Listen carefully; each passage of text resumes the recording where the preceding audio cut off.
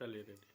नमस्कार दोस्तों, दर्शकों, आप देख रहे हैं आजकल भारत के विशेष कार्यक्रम पंचायतनामा में आप सभी का स्वागत है। जैसा कि आपको पता है, बिहार लोकतंत्र का उत्सव मना रहा है। लोकतंत्र का उत्सव यानी त्रिस्तरीय पंचायत चुनाव, और इसी त्रिस्तरीय पंचायत के चुनाव के सरगर्मी के बीच हम लोग पहुंचे हुए हैं जिले के बेलाव पंचायत में। यह बेलाव पंचायत दरौली प्रखंड का एक पंचायत है और इस पंचायत का एक राजस्व ग्राम है गंगपलिया। इसी गंगपलिया के यहाँ के मुखिया हैं और युवा हैं और लगातार यहाँ के गरीबों के हक हकूक की लड़ाई को लड़े हैं, समाजसेवी रहे हैं। इस बार यहाँ समाज सेवा का प्रतिफल है। यहाँ की जनता ने इन्हें सरमाथे पे बिठाया और इन्हें यहाँ का मुखिया बनाया। जनता के स्नेह सहयोग समर्थन से ये 5 साल का अपना सफल शानदार कार्यकाल इन्होंने पूरा किया है अनिल गौड़ जी। और इस बार भी इनकी बड़ी मजबूत दावेदारी है यहाँ मुखिया पद से। पुनः ये प्रत्याशी हैं, जीत के प्रति आश्वस्त हैं। इन्होंने विकास किया है, इनके विकास जो किए गए हैं वो धरातल पर दिखाई दे रहे हैं। जल जीवन हरियाली, जल हर घर नल जल योजना, गली नली योजना, हर योजनाओं से ये संतुष्ट हैं। मिलेंगे इस बार इनकी कौन कौन सी रणनीतियां हैं, कौन कौन से मुद्दे होंगे, कौन कौन सी प्राथमिकता होगी।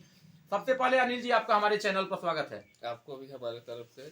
और सबसे पहले हम अपने पंचायत के ग्राम वासियों को बसंत पंचमी, महाशिवरात्रि, होली, रमजान एवं सबरात, रामनवमी की हार्दिक शुभकामनाएं एवं बहुत बहुत बधाई।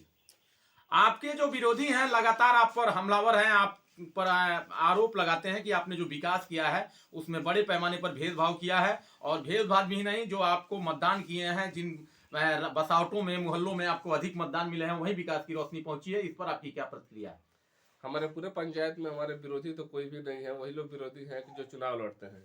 और वो जाहिर सी बात है कि उनका तो अफवाह और गलत बातों का इस समाज में, पंचायत में मैसेज देना, ये तो काम है। हमने जो भी काम किया है सार्वजनिक काम किया है और हमने कहीं भी किसी भी परिस्थिति में किसी भी वार्ड में अनदेखी नहीं किया है। हमारे सभी वार्डों में विकास के कार्य हुए हैं, चाहे जल नल हो या रोड हो या स्वास्थ्य हो। जो भी हमने विकास किया है सब सार्वजनिक ही किया है, कहीं से कोई गलती नहीं है। यदि आपको दोबारा यहाँ बेलाव पंचायत की जनता मुखिया बनाती है तो कौन कौन से कार्य अधूरे रह गए हैं, शेष रह गए हैं, जिन पर आपको कार्य करने हैं? सबसे तो पहले हमारा खेल पे, स्वास्थ्य पे, शिक्षा पे है।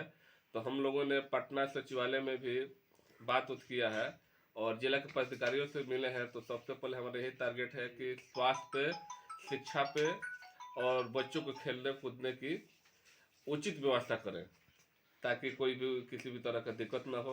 और विशेष करके शिक्षा पे और स्वास्थ्य पे हमारा ध्यान पहले रहेगा। आपने बड़े पैमाने पर पंचायत में विकास किए हैं, लेकिन जब चुनाव नजदीक आते हैं तो यहाँ प्रत्याशियों द्वारा जाति, धर्म, मुर्गा, शराब पर मतदाताओं को रिझाने के प्रयास किए जाते हैं। इसे आप लोकतंत्र के लिए कैसा मानते हैं? देखिए, जो भी लोग जैसा इस समाज में मैसेज देते हैं, शराब पे, पैसे पे, साड़ी पे या सोना चांदी या जो भी है, वो लोग विकास का कार्य नहीं कर सकते हैं। क्योंकि वो लोग, जो लोग पैसा खर्च करेंगे, जाहिर सी बात है वो लोग तो अपना पहले भरपाया ही करेंगे कि भाई मेरा इतना पैसा खर्च हो गया। किसी भी परिस्थिति में वो नहीं कर सकते हैं। ये तो अच्छी बात नहीं है। और बाकी रही कि एक वोट का कीमत इतना होता है कि जो कोई भी प्रत्याशी नहीं चुका सकता है। जिसके पास अपना वोट का कीमत समझ में आ जाएगा, वो किसी भी परिस्थिति में दारू, शराब, मुर्गा मीट में नहीं जाएगा। आपने पंचायत में विकास को जो गति दिया है, जो रफ्तार आपने पकड़ाई है, उस रफ्तार को जारी रखने के लिए इस चुनाव में यहाँ अपने पंचायत के लोगों से क्या संदेश देंगे, क्या अपील करेंगे आप? देखिए, पहली बार जब हम चुनाव लड़े थे तो पहले तो बिहार सरकार से हम लोग का 1-1.5 साल तक केस चला। उसमें हम लोग का कुछ विकास कार्य थोड़ा स्लो हो गया। उसके बाद से इधर कोरोना आ गया, लेकिन फिर भी मैंने इतने दिनों में जितना विकास का कार्य किया है तो मुझसे तो कहने की बात ही नहीं है। आप जब साइट पर जाएंगे और नेट पर जाएंगे तो ये मेरा दावा है, पूरा चैलेंज है कि जितना काम किए हैं हम, आप कहीं से भी जांच कर भी देख सकते हैं कि कितना काम किए हैं। सबसे ज़्यादा हमारे विकास का काम हुआ है और कहीं भी जाति पात या धर्म भेदभाव का ये नहीं है।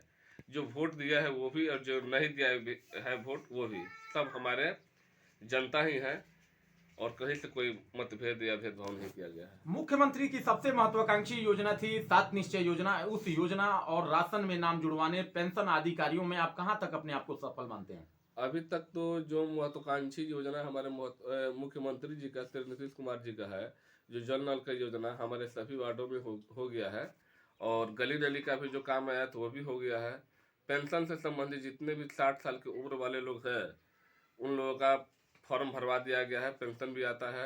राशन कार्ड में जिन लोगों का उचित है सभी लोगों का कर दिया गया है। बाकी फिर कुछ लोग वंचित उससे रह गए हैं। जब भी बिहार सरकार की गाइडलाइन जारी होती है, एसडीओ साहब का नोटिफिकेशन जारी होता है, हमारे प्रखंड विकास पदाधिकारी जब प्रतरांक द्वारा चिट्ठी निकाल देंगे तो उसमें हम लोग जो भी छूटे हैं उनको करवा देंगे। बेलाव पंचायत की जनता से हमारे चैनल के माध्यम से क्या संदेश देंगे आप?